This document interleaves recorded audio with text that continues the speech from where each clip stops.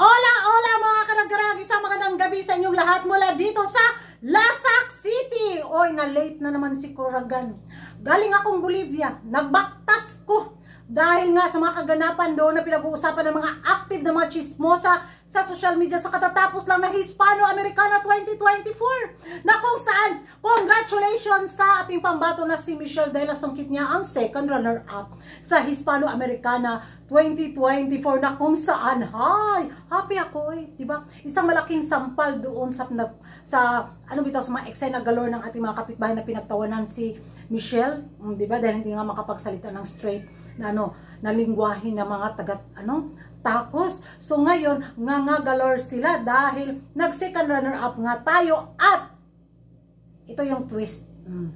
Dahil nag-second runner-up ang Pilipinas, nako, inintriga na naman tayo. Kaya doon nakapasok ang pin sa pasa.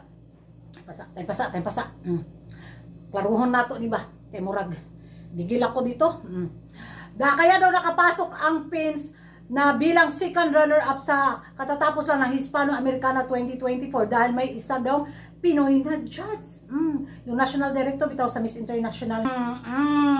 Makabukad yun silang samot sa ilong ni Kuragan, di ba? Ganon yung eksena nila. Kasi nga, hanggang top 13 lang yata yung kandidata nila, tapos tayo nakaabante sa top 6, tapos nakapasok tayo sa second runner-up na ayun. Lubi-lubi na naman daw ang pins. Dahil may Pinoy na judge. So advantage daw yun ng Pilipinas at ng ating pambato na si Michelle. Kaya nagwagi tayo sa Hispano-Americana second runner-up. Kagwapa sa atong kandidata. I-question pag yun nila ang pagkapanalo ng Pilipinas bilang second runner-up, di ba? May talent, maayo mo kanta, magaling kumanta.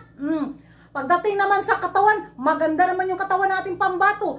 Hindi lang siya masyadong katangkaran, pero in fairness dahil limpyo kaayo. Mabango yung pambato namin. Hapsay kay dagway. Nakaligo ba? Kumpara sa kandidata nila. May laban naman, pero kaso nga, kulang man sa ligo. Huwag na lang silang manghanas bitaw na lubi-lubi ang pins sa pagkapasok na ni Michelle bilang second runner-up. Dahil hanggang lang yung kandidata nila. Better next time sila.